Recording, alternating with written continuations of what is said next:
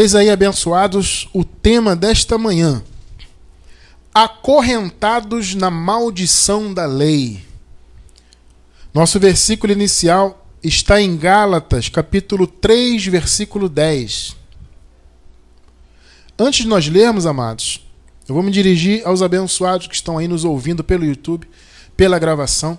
Eu louvo a Deus pela vida de vocês, amados, e digo que as mensagens que vocês estão nos mandando, né, dizendo que estão recebendo a graça, felizes pelo Evangelho, está chegando, o genuíno Evangelho está chegando na vida de vocês. Isso nos dá alegria muito grande, uma força muito grande para nós prosseguirmos nessa caminhada, tá? Então louvo a Deus pela vida de vocês. E se você é novo aí assistindo o nosso canal e quiser entrar em contato com a gente, amado, entre em contato sim, acesse o nosso site, lá tem todas as informações de como vocês podem entrar em contato conosco, tá? É sempre um prazer receber as mensagens dos irmãos, tá? Às vezes, amados, nós demoramos a responder um pouco, né? Porque são muitos contatos, o que é muito bom, né? Mas o fato de ser muitos contatos e eu respondo a todos pessoalmente, então muitas das vezes se acumula um pouquinho, demora, tá? Eu peço até desculpa aos amados por isso, mas fiquem tranquilos que nós sempre respondemos. Quero aproveitar também, amado, para falar do nosso livro que nós lançamos no mês passado, né, em setembro de 2017. É sempre bom marcar a data, né, porque o vídeo no YouTube ele fica para o futuro, né? Se você está assistindo agora na semana de lançamento desse vídeo, então significa que o livro está bem novinho aí, bem fresquinho, né? E nós recomendamos muito para os amados esse livro. Dízimo, uma grande farsa do cristianismo. É um livro, amados, que vai profundo nesse tema, abre o nosso entendimento de maneira maravilhosa e vai muito além, amados, porque nós encontramos, graças a Deus, né, alguns estudos na internet. Hoje em dia esse assunto do dízimo não fazer parte da graça, felizmente, ele está sendo disseminado, né? E nós encontramos alguns estudos na internet, só que esses estudos ficam sempre nos mesmos argumentos, né? O dízimo nunca foi dinheiro, não sei o que e tal. São argumentos válidos, nós também usamos esses argumentos em nosso livro, só que nós vamos muito mais profundo no assunto e tratamos de uma maneira bastante abrangente. Então, amado, você que quer estar preparado para você falar da graça, para você abrir o entendimento das pessoas, é imprescindível que você leia o livro Dízimo, a grande farsa do cristianismo. Esse livro está disponível exclusivamente em nossa loja virtual. Você que está pela gravação está vendo o endereço na tela e também embaixo do vídeo no YouTube tem um link para você clicar e você ser direcionado para você conhecer esse livro e também os nossos outros livros que estão lá disponíveis. Vamos ler, amados, Gálatas 3, versículo 10. Pois todos quantos são das obras da lei estão debaixo de maldição. Porque está escrito: maldito todo aquele que não permanece em todas as coisas que estão escritas no livro da lei para fazê-las. Preciosa Igreja do Senhor Jesus Cristo, povo abençoado, eleitos do Pai, mais do que vencedores, povo santo de Deus, selados com o Espírito Santo da promessa. Infelizmente, amados, o que nós mais vemos mundo afora são pessoas que estão acorrentadas pela religião, estão aprisionadas, né? Só que o interessante dessas pessoas, e a gente vai ver isso ao longo da mensagem aqui, é que elas pensam que na verdade já estão livres. Então, amados, uma das propriedades mais maravilhosas da graça é a libertação que a graça proporciona. A libertação que vem por meio do conhecimento do Evangelho da Graça, ela é uma libertação genuína. Quando você leva a mensagem da graça para uma pessoa, amado, você está levando genuína libertação, genuíno entendimento. Você está quebrando cadeias. Esse que, na verdade, é o verdadeiro jejum, né? É quebrar cadeias, né? Como nós cantamos agora há pouco no momento do louvor, né? O Senhor nos ungiu para pregar libertação. Então o meu chamado é esse, é pregar libertação. Eu poderia estar aí pregando mensagens do sistema religioso, poderia estar trazendo aí, né, mensagens pentecostais, né, ganhando muito dinheiro, né, e sendo famoso aí na mídia, né? Os irmãos sabem, recentemente nós conversamos a respeito disso, né, dessa questão, e muitos nos apontam, prega por dinheiro, não sei o que, né, essas bobagens, né? E na verdade não, se nós pregássemos por dinheiro, nós estaremos pregando um outro tipo de mensagem, certamente, né? Nós que conhecemos todos os caminhos para arrancar o dinheiro das pessoas, poderia estar aí rico, milionário, famoso, devido a tanto conhecimento que eu tinha no meio gospel, né? Poderia estar envolvido com esses cantores aí famosos e pregando até na televisão, etc. Mas eu louvo a Deus que o Senhor me tirou desse meio, né? Eu não tenho nenhuma saudade e nenhum tipo de arrependimento, né, de não pregar o que o sistema religioso prega. Eu poderia ter, né? Pensar, puxa, poderia estar muito rico agora, pregando no meio do sistema, escrevendo livros de cunho pentecostal, né? Enfim, né? Só que eu agradeço a Deus porque a minha riqueza é o conhecimento da graça. A minha riqueza é conhecer a palavra, a minha riqueza é conhecer tudo que Deus fez por mim, por nós. Essa é a verdadeira riqueza.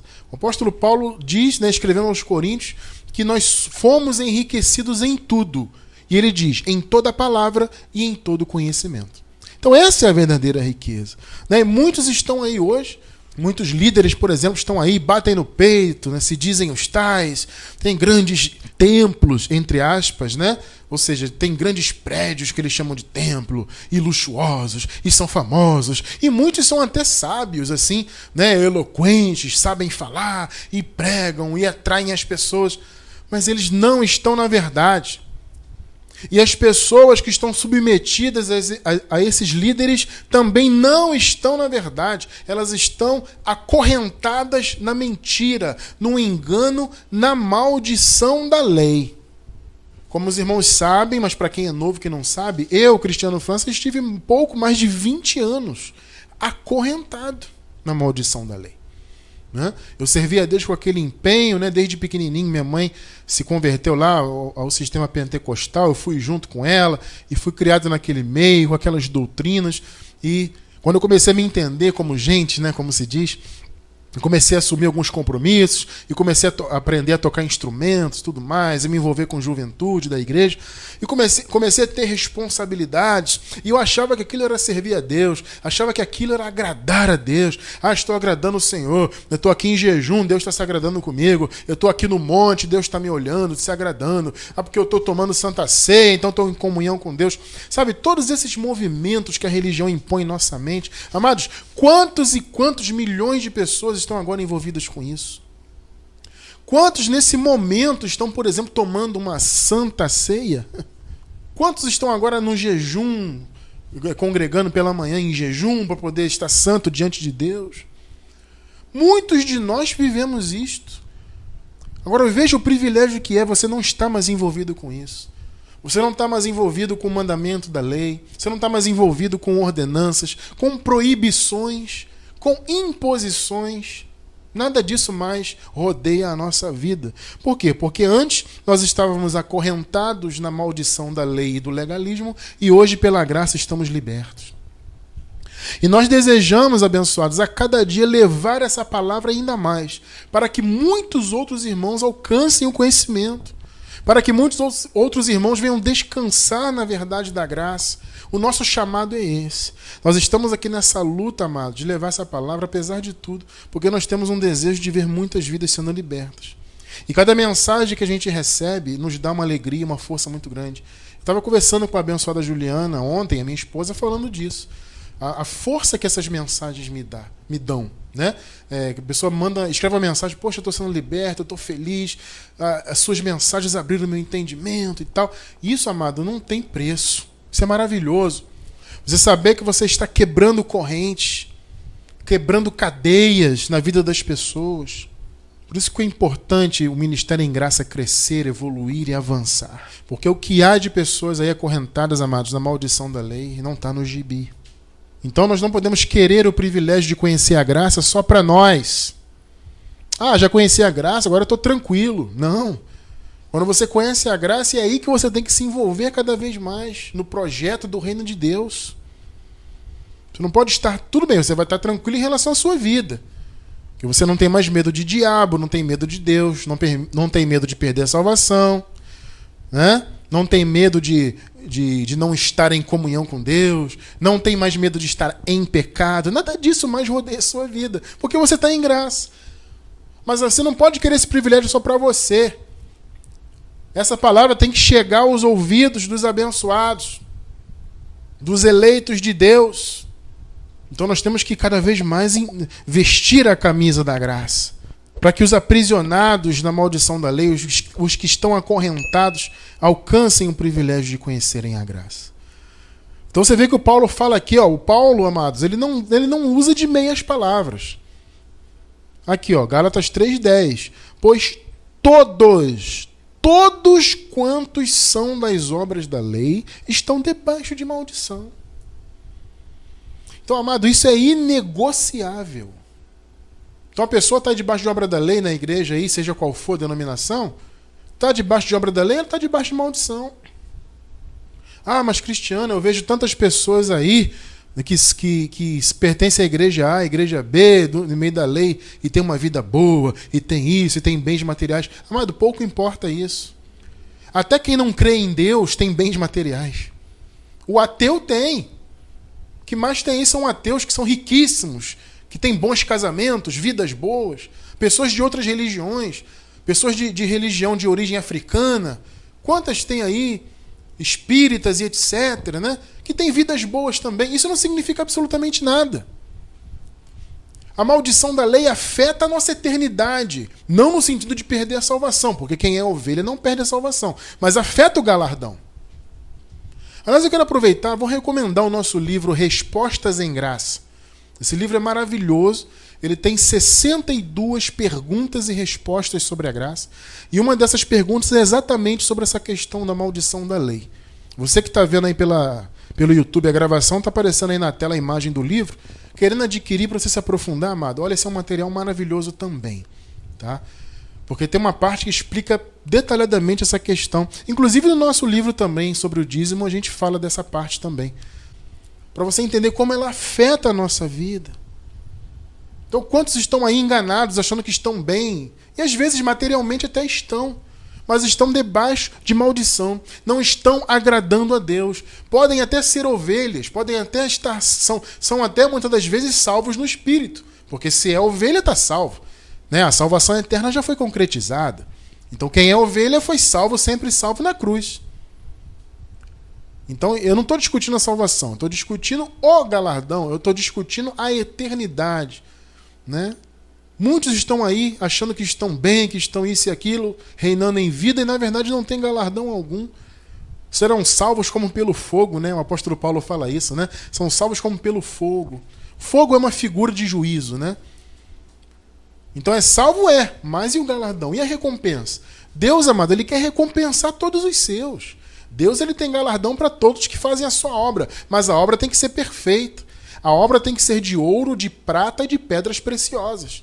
Quando o apóstolo Paulo fala do galardão e das obras, ele usa um exemplo, né, de dois tipos de materiais, né? Materiais preciosos e materiais sem valor. Então ele fala que a obra pode ser de ouro, de prata ou de pedra preciosa, ou a obra pode ser de madeira, feno e palha. Obras de madeira, feno e palha são obras que não têm valor, que são consumidas pelo fogo, por isso não tem galardão algum. Então, amado, que é coisa pior do que você estar, do ponto de vista do seu entendimento, separado de Cristo? O que é isso, Cristiano Franco? Meu amado.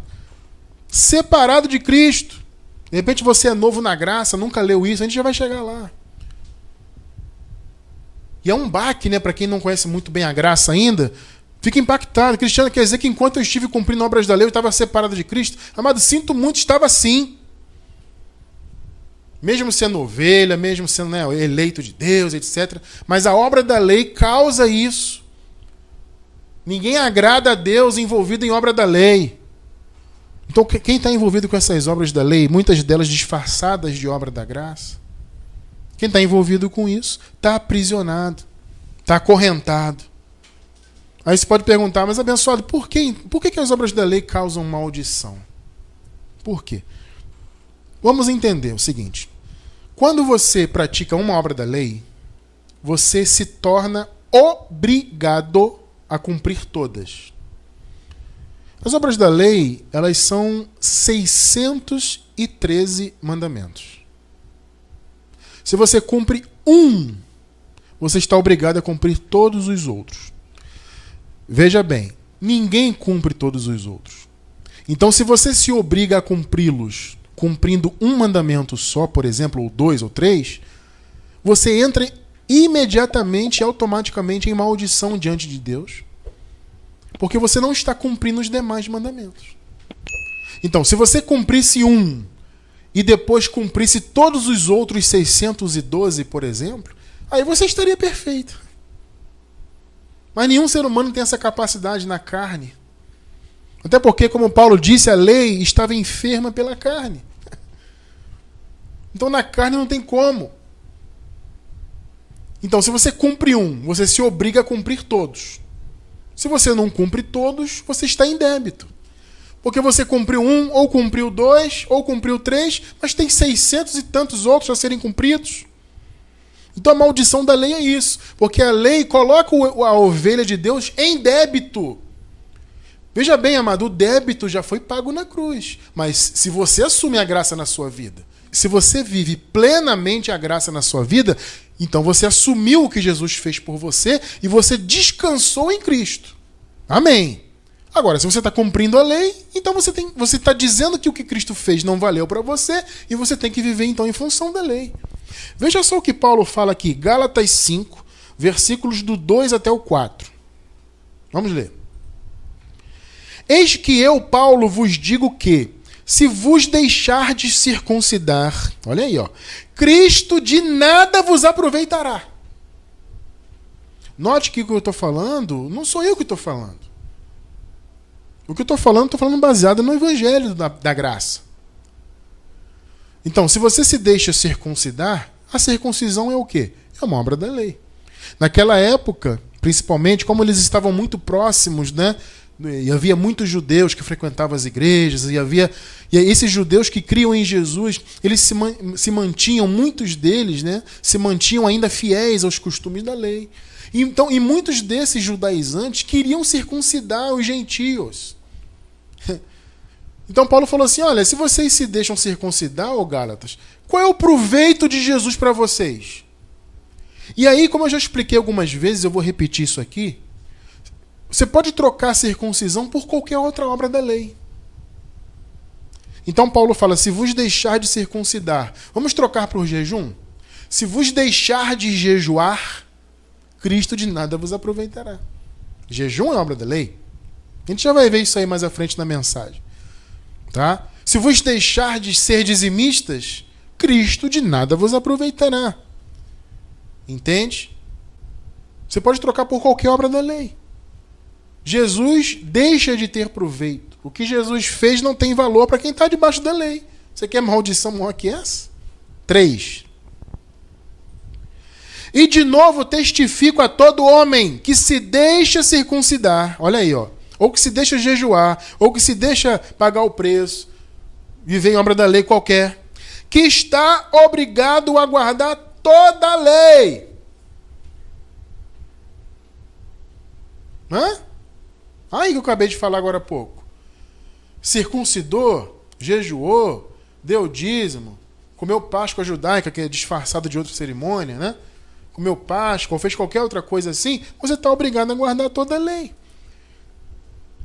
Aí, como você não guarda, ou a pessoa que cumpre não guarda, então ela está em débito, está debaixo de maldição. 4. Separados estáis de Cristo, vós os que vos justificais pela lei, da graça decaíste. É Bíblia isso, filho. Isso é Evangelho. Ah, o Cristiano França está inventando. Não estou inventando nada. Então, cumpriu a obra da lei, está debaixo de maldição. É assim, ponto final. Eu estive mais de 20 anos, minha mãe muito mais, a minha esposa durante alguns anos. Todos nós, vocês que estão aí ao vivo, assim, todos não, porque Tem um ou outro irmão que já veio direto para a graça, né? Esse é um privilégio. Mas a esmagadora maioria, sem sombra de dúvidas, passou pela religião, seja católico, seja evangélico, pentecostal, o que quer que seja. Então, enquanto nós estivemos envolvidos com aquelas obras da lei que nós cumpríamos lá, Cristo não tinha valor. Estávamos separados dele. Além disso, amado, quem se utiliza da lei menospreza a morte de Cristo. Gente, isso não tem maldição maior do que essa na vida de uma ovelha de Deus. Você menosprezar. Ah, mas Cristiano, enquanto eu estive na lei, eu não sabia. Amado, não importa. Você não sabia, mas você estava debaixo da lei. Gálatas 2:21. Olha aí, ó. Não faço nula a graça de Deus, porque se a justiça vem mediante a lei, logo Cristo morreu em vão. Aí. Então, quando alguém cumpre a lei, a graça de Deus se torna nula. A morte de Cristo, que foi o que trouxe, que manifestou a graça, né? A morte e a ressurreição consequente dele, se tornam inúteis para quem está debaixo da lei. Agora, o grande problema, amados, é que as pessoas que estão aí, por exemplo, que são pentecostais, que estão de igrejas tradicionais, católicos, né? Essas pessoas pensam estarem servindo a Deus, né? Têm esse entendimento, mas estão cumprindo a lei. Cumpriu a lei, está separado de Cristo, anulou a graça e a morte de Cristo é vã para essa pessoa. Vai vendo sua maldição. Agora, o problema é que essas pessoas, elas não admitem, esses irmãos não admitem que precisam de libertação. A grande resistência que a palavra da graça tem para chegar na vida das pessoas é exatamente esse ponto. Porque se você chega, por exemplo, para um católico e fala assim, meu amado, vamos estudar a palavra, e aí de repente ele aceita, vamos sim, ele senta e você começa a falar, tá vendo, amado, você precisa se libertar, a libertação é a graça. Não, como assim me libertar? Eu sou católico, eu sirvo ao meu Deus há tantos e tantos anos. Experimenta sentar com um pentecostal, por exemplo. Fala assim, amado, Deus quer te libertar. Ele vai se ofender com você. Pode ter certeza. Pentecostal, batista, tradicional, não importa. Protestante, não importa o rótulo. Você chega para ele e fala assim, amado, Deus quer te libertar pela graça. Ele fica... Você nem pode falar isso, amado, se você quer evangelizar alguém com a graça. Porque o cara se ofende. Como assim libertar, cara? Eu já sou batizado, eu tomo Santa Ceia, eu pago o preço, eu sou dizimista, eu sou fiel ao meu Deus, eu vou ao culto. E... Ele não admite que precisa de libertação. Ele não entende que está aprisionado, que está acorrentado. Esse fenômeno aconteceu na época de Jesus. Interessante isso, né? Na época de Jesus aconteceu isso que eu acabei de falar. E que hoje acontece ainda. Veja só o texto histórico aqui. João, capítulo 8, versículos do 31 ao 33. 31. Jesus dizia, pois, aos judeus que criam nele, se vós permanecerdes na minha palavra, verdadeiramente sereis meus discípulos. Então aqui você entende que a característica do discípulo verdadeiro é permanecer na palavra. Se o cara recebe a palavra e ele permanece, então ele é um discípulo de fato. 32. E conhecereis a verdade, e a verdade vos libertará. Note que Jesus está falando isso para os judeus que estavam ali ao redor dele. Judeus que seguiam a religião judaica, né? Os mandamentos, e que se viam como filhos de Abraão, eleitos de Deus, somos o povo de Deus.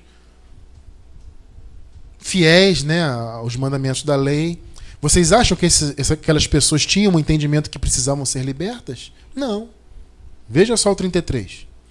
Responderam-lhe, ou seja, os que estavam ouvindo os judeus responderam a Jesus. Somos descendência de Abraão e nunca servimos a ninguém. Nunca fomos escravos de ninguém. Como dizes tu sereis livre? Pegou aí? Não é uma figura de hoje? Vai no irmão ali da igreja tradicional e fala para ele que ele precisa ser liberto. Irmão, você tem que conhecer a verdade da graça. A verdade vai te libertar. Que isso? Eu já conheço a verdade. Ele fica enfurecido contigo. Foi o que aconteceu aqui. O negócio é esse, ô Jesus. A gente nunca foi escravo. Nós somos filhos de Abraão. Como é que você está dizendo? Como é que você tem essa ousadia, Jesus, de dizer que nós temos que ser livres? Amado, isso acontece até hoje. Você vai pregar a graça para alguém? Isso é uma ousadia, rapaz. Eu já estou no evangelho há 30 anos, 40 anos, 15 anos. Eu sou líder, eu sou cantor, eu sou formado em teologia, eu sou PhD, ThD, doutor, pós-doutor. Amado, não importa o que você é ou deixa de ser. Se você está debaixo da obra da lei, você está debaixo de maldição e precisa ser liberto. E tem que admitir isso. Uma pessoa que está há tantos anos envolvida na obra da lei, na tradição religiosa, seja ela qual for, a pessoa não entende que tem que ser livre. Ela acha que ela já é livre. Então eles não admitem que estão no erro, que estão no engano. Então, amados, é importante, até é bom para você que está evangelizando em graça, você ter esse entendimento. Sabe, de você saber chegar até na pessoa, porque se você fala que ela precisa ser liberta, sendo ela já uma religiosa, ela vai se ofender com você. Agora, é importante a pessoa entender. Está debaixo da lei, está debaixo de maldição. Mas a grande questão, amados, é que existem essas obras que são da lei, ou que são inspiradas na lei, e são disfarçadas de obras da graça. Né? Elas são, né, redecoradas, recebem outros nomes, outras funções. Então vamos ver alguns exemplos. O primeiro exemplo aqui que eu quero tratar é o jejum. O jejum recebe outras funções hoje em dia, né? O cara diz que o jejum é para quebrar a carne, né? Como se Jesus já não tivesse feito isso. Mas jejum para quebrar a carne, jejum é para te santificar diante de Deus. Ora, amado, depois do que Jesus fez na cruz, a palavra diz que nós fomos santificados pela oferta do corpo de Cristo. Então, se eu faço um jejum para me santificar diante de Deus, eu estou desmerecendo o que Jesus já fez. Ou eu assumo o que ele fez e entendo que eu sou santificado diante de Deus pela morte de Cristo, ou então eu vou jejuar, ou uma coisa ou outra. Hebreus capítulo 10, versículo 10 diz isso. Nós fomos santificados pela oferta do corpo de Cristo. Ou você assume essa graça na tua vida, ou você vai viver jejuando. Jejum é obra da lei, mas eles disfarçam, dão outros nomes, dão outras funções, mas é obra da lei. Levítico 23, 27. Ora, o 10º dia desse mês será o dia da expiação.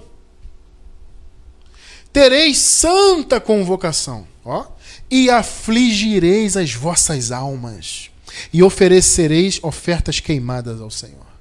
Afligir a alma é o quê? É jejuar. Olha o mandamento. Afligireis as vossas almas. Está na lei. Quantos estão hoje aí afligindo as suas almas? Fica sem comer dias, horas, um dia inteiro. Às vezes nem bebe, né? Aí tem um jejum que é só de comida, mas bebe água. Tem jejum completo. Gente, eu já vi jejum de fala. Eu fiz. Ah, Cristiano, como é que pode? Eu fiz. O pastor instituiu, na época, que era um jejum de fala. Você não podia comer, nem beber, nem falar. E eu me lembro dessa ocasião que o pastor, o líder, chamou a gente... Tinha uma obra na igreja, obra mesmo física, né, de tijolo e tal. E aí chamou os jovens, rapaziada, né? A molecada que não tinha emprego, não tinha horário, só estudava, então a maioria é molecada nova. Então chamava a molecada, depois da escola vocês vêm aí, tal hora, tem que embolsar, tem que cavar, tem que fazer não sei o quê, mas não pode falar. Eu me lembro até hoje que aquilo virou uma anedota, virou uma piada, porque alguém estava lá, de repente esquecia, pega aquilo para mim. Aí todo mundo, shh. Olha quanta besteira a gente já passou, né? Quanta bobagem a gente já viveu. Aí fica todo mundo em silêncio, aquela bobagem. Um cava daqui, outro pega o balde dali, e outro não sei o quê. Aí daqui a pouco um esquecia, pega uma água lá. Aí todo mundo, shh. Gente, quanta besteira, hein? Jejum de comer, eu já fiz jejum de comer, Jejum de falar. Eu já fiz jejum de falar. E era de tudo, não podia comer, nem beber e nem falar. Agora veja o jejum que Deus quer. Isaías 58, 5 e 6. Seria este o jejum que eu escolhi? Ó. O dia em que o homem aflige a sua alma? Ó, a referência de Isaías. Você acabou de ler Levítico, né? Afligir a alma e jejuar. Então esse é o jejum que eu quero, diz Deus, né, por meio de Isaías. O dia que o homem aflige a sua alma consiste, porventura, em inclinar o homem a cabeça como um junco e em estender debaixo de si saco e cinza. Aliás, as pessoas jejuam hoje, ninguém faz isso, né? Chamarias tu isso jejum e dia aceitável ao Senhor? 6. Acaso não é este o jejum que escolhi? Que soltes as ligaduras da impiedade, que desfaças as ataduras do jugo, e que deixes ir livre os oprimidos e despedaces todo jugo. Pegou aí o que é o jejum? Verdadeiro. E tem muito mais aqui no contexto. Segundo exemplo de obras que eles realizam e que dizem que é da graça. O famoso batismo nas águas. Muitos já argumentaram comigo assim, mas Cristiano, o batismo de João não era da lei. Uma vez um cara falou isso para mim, né? E ele tem razão.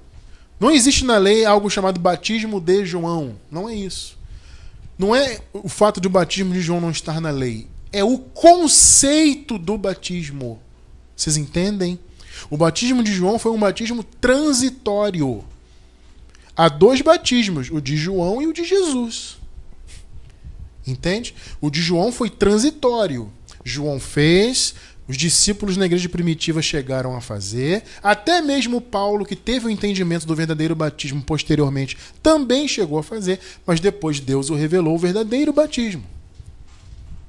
Então foi transitório. Então não é que o batismo de João não está na lei, não existe na lei batismo de João. Ora, claro que não, meu amado. Mas é o conceito do batismo. Evidentemente, você pode observar que o batismo de João tinha relação com a lei. O batismo de João era inspirado, evidentemente, o que se fazia na lei. Porque na lei se usava também as lavagens pela água. As chamadas abluções. Então o que João fazia nada mais era do que abluções. Mas o batismo de João tinha um conceito. Tinha que ser praticado na época de João, sim. Tá? Então havia um conceito, era transitório. O próprio Jesus se submeteu ao batismo de João. E quando Jesus chegou, João falou: você vem ser batizado por mim? É o contrário, é eu que tenho que ser batizado por ti. Aí Jesus falou: João, esquenta não. Porque assim me convém cumprir toda a justiça. Então Jesus foi batizado para cumprir a justiça. Amado, a justiça já foi cumprida. E ele já nos deu a justiça, toda ela, toda a justiça que Jesus conquistou, ele já nos deu pela graça. Então o conceito do batismo de João é ultrapassado, é transitório, era inspirado nas abluções. O verdadeiro batismo é outro na graça. Romanos, aliás, já aconteceu, né? Foi outro. Romanos 6, 3 e 4. Olha só. Ou não sabeis que todos quantos fomos batizados em Jesus Cristo, fomos batizados na sua morte? Olha, amados, esse é um dos versículos mais claros que há na Bíblia sobre um assunto do Evangelho. No caso, o batismo. O Paulo está fazendo uma pergunta retórica, né? Ele está argumentando com os romanos. Ô, romanos, vocês não entendem isso? Que todos nós que fomos batizados no Senhor, na realidade fomos batizados lá na morte dele? Entende o que é o verdadeiro batismo? Que o de João já passou? 4. De sorte que fomos sepultados, olha aí, com ele, Jesus, pelo batismo na morte. Para que, como Cristo foi ressuscitado dentre os mortos, pela glória do Pai, assim andemos também nós em novidade de vida. Percebe o que é o batismo? Compreende? O Cristiano França não batiza nas águas. Eu não batizo porque o Jesus já batizou os seus eleitos. Entende? Então, amado, a lavagem no que tange ao pecado, as condenações, e por isso que nenhuma condenação há para os que estão em Cristo, aconteceu lá no Calvário. O que ocorre hoje é a lavagem do Espírito pela palavra. Essa lavagem é o que, Cristiana? De pecado? Não, o pecado foi aniquilado na cruz. Hebreus 9:26 diz isso. O pecado foi aniquilado na morte do Senhor. A lavagem que ocorre hoje é em nosso entendimento. É a água, entre aspas, né? A água é a palavra, né? Essa água que é a palavra limpa o nosso entendimento. Entende? Agora, o batismo foi feito no Calvário. Todos nós fomos batizados em um único batismo, a morte de Cristo. Terceiro ponto. A famosa e famigerada ceia do Senhor. Alguns chamam de ceia do Senhor, outros chamam de Santa Ceia. O que foi a ceia do Senhor, na verdade? Mateus 26, versículos 17 ao 19. Vamos ler. Ora, no primeiro dia dos pães ázimos, né, os pães ázimos, eles eram a festa dos pães ázimos era uma festa antes separada da Páscoa. Só que em determinado momento da história dos judeus, a festa dos pães ázimos e a ceia, a Páscoa, né, foram unidas, se tornaram apenas uma só cerimônia. Tá?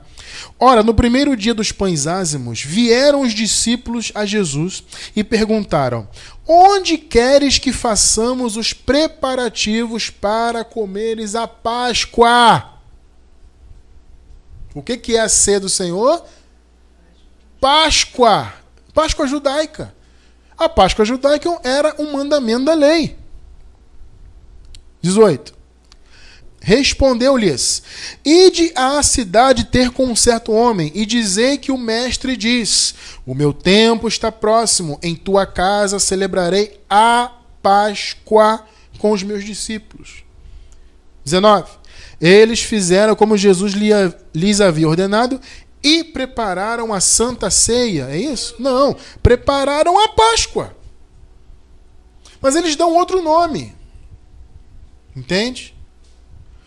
Vou deixar também no YouTube aí embaixo do vídeo. Você é novo em graça? Está surpreso? Cristiano, como assim? Não tem Santa Ceia? Não tem ceia? Essa mensagem de hoje não é para aprofundamento nesses temas. Tá? Eu vou deixar o link no YouTube aí embaixo do vídeo. A verdadeira ceia do Senhor. Esse vídeo é sensacional. É uma mensagem de mais de 1 hora explicando detalhadamente a questão da ceia, a questão histórica e por que essa tal ceia do Senhor, ou Santa Ceia, ou como quer que seja chamada, na verdade foi a Páscoa, e por que ela não deve ser praticada pela igreja. Essa mensagem está lá, tintim por tintim. Não conhece? Ouça. Ou mesmo que você já tenha ouvido, meu amado, ouça de novo. Vou deixar o link aí embaixo do vídeo no YouTube. Para vocês verem esses pontos, são coisas que pertencem comumente à maioria das congregações aí. Eles dizem que são obras da graça, mas são da lei. Ou são inspiradas na lei, como essa Santa Ceia, né? Porque, na verdade, na Bíblia, propriamente, não existe Santa Ceia. Tá? Se você procurar na Bíblia, esse termo nem existe na Bíblia. Santa Ceia, isso não existe. É um nome que eles deram para uma cerimônia que não existe na Bíblia e que eles praticam hoje em dia. Como se fosse um mandamento de Deus, como se fosse algo que trouxesse comunhão. Mas, na verdade, é uma cerimônia inventada, inspirada na Páscoa e que tem um outro nome. Ou seja, é uma aberração.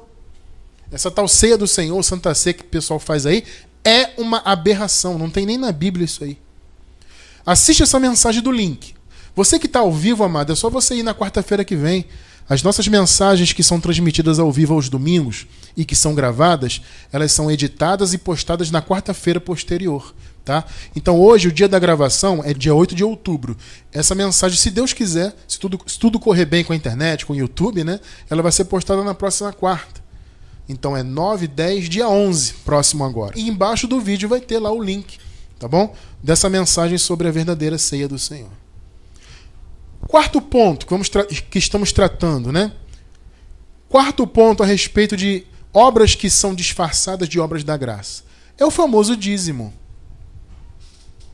Hebreus 7, 4 até o 6. Vamos ler. Considerai, pois, quão grande era este, a quem até o patriarca Abraão deu os dízimos dos despojos. Olha aí, ó. Este está se referindo a quem? A Melquisedeque. Melquisedeque foi um sacerdote enviado por Deus a Abraão, né? Que ele tipificava Jesus. era um tipo de Cristo, como o pessoal costuma dizer aí nos meios acadêmicos teológicos, né? Um tipo de Cristo, ele tipificava Jesus, tá? 5. E os que dentre os filhos de Levi, os levitas, né? Recebem o sacerdócio, têm ordem, segundo a lei, olha aí, de tomar o dízimo do povo, isto é, os seus irmãos, ainda que tenham saído dos lombos de Abraão. Mas aquele cuja genealogia não é contada entre eles, ou seja, Melquisedeque, que na verdade tipificava Cristo, tomou dízimos de Abraão e abençoou os que tinham o que tinha as promessas. Aqui, o capítulo 7 da carta aos Hebreus não está ensinando a dar dízimo. Entende? A intenção da carta, propriamente, era separar Jesus de Moisés. Basicamente, a intenção da carta aos Hebreus era esse. Separar Jesus de Moisés. A fazer o povo hebreu que recebeu a carta entender que Jesus era superior a Moisés. Entende? Então, nesse momento aqui dessa passagem, o escritor, que no caso nós entendemos que é o apóstolo Paulo, ao escrever aos Hebreus, ele estava ensinando que Melquisedeque, tipificando Jesus, era superior à lei. Então, os levitas eram os únicos que podiam tomar os dízimos. Os dízimos deveriam ser entregues no templo, e no templo havia os levitas, que cuidavam do templo e recebiam os dízimos. Então, o argumento aqui é o seguinte, olha, Melquisedeque é superior até a Abraão, porque Abraão deu o dízimo a Melquisedeque. Ou seja, Melquisedeque, que no caso aqui era um símbolo de Jesus, né, é superior a Abraão. Então o que o apóstolo está argumentando aqui? Gente, Jesus é superior a Abraão e Jesus é superior a Moisés. Porque a única exceção para se receber o dízimo foi Melquisedeque. Fora Melquisedeque, os únicos que podiam receber eram os levitas. Vocês entendem que a pessoa receber dízimo hoje, que nem nunca foi dinheiro, na verdade, é uma aberração também? Essa passagem aqui, ela não fala que você tem que dar o dízimo. Ela é uma passagem para exaltar Melquisedeque, consequentemente exaltar a Jesus, já que Melquisedeque tipificava Jesus, e dizer Jesus é superior a Moisés, Jesus é superior a Abraão. O entendimento da carta era esse. Porque os hebreus, o povo que recebeu essa carta, eles eram judeus, eles eram cumpridores da lei. Eles criam em Jesus, mas ainda estavam envolvidos com obras da lei. Então, o escritor da carta, no caso o apóstolo Paulo, desejando abrir o entendimento daquele povo, para que eles entendessem que eles não tinham mais que estar envolvidos com a lei, o apóstolo fez questão de abrir o entendimento deles, fazendo com que eles entendessem que Jesus era superior tanto a Moisés quanto a Abraão. Por isso a figura de Melquisedeque é utilizada. Entendem? Nós escrevemos recentemente, como vocês sabem, eu já falei até aqui na transmissão, na gravação, o nosso livro Dízimo, a Grande Farsa do Cristianismo. Amado, você tem que ler esse livro para você entender profundamente isso. O link está embaixo do vídeo no YouTube para você adquirir o livro. Você tem que ler para você entender. Não lê uma vez só, não. Lê 2, lê 3, lê 4, lê 5. Quantas vezes você tiver condições de ler, leia. Para você entender. Porque na primeira leitura você absorve um pouco. Na segunda leitura já vai absorver mais um pouco, vai fixar mais. Quanto mais você ler, mais você vai fixar na tua mente esse entendimento. Para você entender que nem dízimo, nem santa ceia, nem jejum, nem batismo, nada disso faz parte da graça. Se alguém vive nessas obras, está debaixo de maldição, separado de Cristo, anulando a morte de Cristo em sua vida. Então você que está novo em graça, amado, não se prive de crescer nesse conhecimento. Aproveite essa oportunidade. Como eu sempre digo, amados, conhecer o Evangelho da Graça é o maior benefício, é a maior bênção que pode se manifestar na vida de uma ovelha. Então, se você está conhecendo a graça agora, ou conheceu, ou está crescendo ainda nesse conhecimento, saiba que você está recebendo a maior de todas as bênçãos. É conhecer a graça, é conhecer o Evangelho, é estar livre dessas obras. E para encerrar, nós encerramos com Gálatas capítulo 5, versículo 1. Para a liberdade Cristo nos libertou. Amado, o Senhor não nos libertou para nós ficarmos pagando preço, cumprindo ordenanças, mandamentos de homens, proibições de religião. O Senhor não nos libertou para isso. Foi para a liberdade que Cristo nos libertou. Permanecei, pois, firmes e não vos dobreis novamente a um jugo de escravidão. Meu irmão, se você já foi liberto dessas obras da lei, não retorne. Não faça como os Gálatas que estavam retornando. Os Gálatas haviam sido criados em graça, mas estavam voltando às obras da lei, regredindo. Foi por isso que Paulo, inclusive, escreveu a carta aos Gálatas. Não, você foi chamado para ser livre. Livre pela graça. Então aproveite essa oportunidade de crescer cada vez mais e de levar esse conhecimento às pessoas. Ainda que elas não aceitem que precisam de libertação, nós sabemos que quem é religioso precisa. Então nos cabe levar a palavra. Agora, abrir o entendimento, aí é com Deus. Agora, o nosso papel é levar a palavra. Então levemos, amados, para que essas correntes sejam quebradas, para que o povo de Deus viva plenamente a graça, totalmente libertos das obras da lei.